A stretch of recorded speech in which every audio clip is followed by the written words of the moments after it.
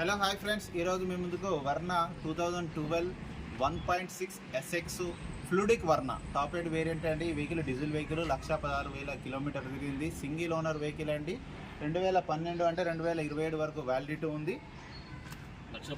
Vehicle యొక్క front side looking, right side left side light ఒకటి dim ఉంది, అది ఒకటి లైట్ మార్చుకోవాలి. SX టాప్ ఎండ్ అలా వీల్స్ ఉంటాయి.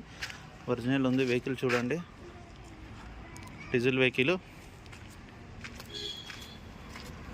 యొక్క బ్యాక్ సైడ్ వ్యూ,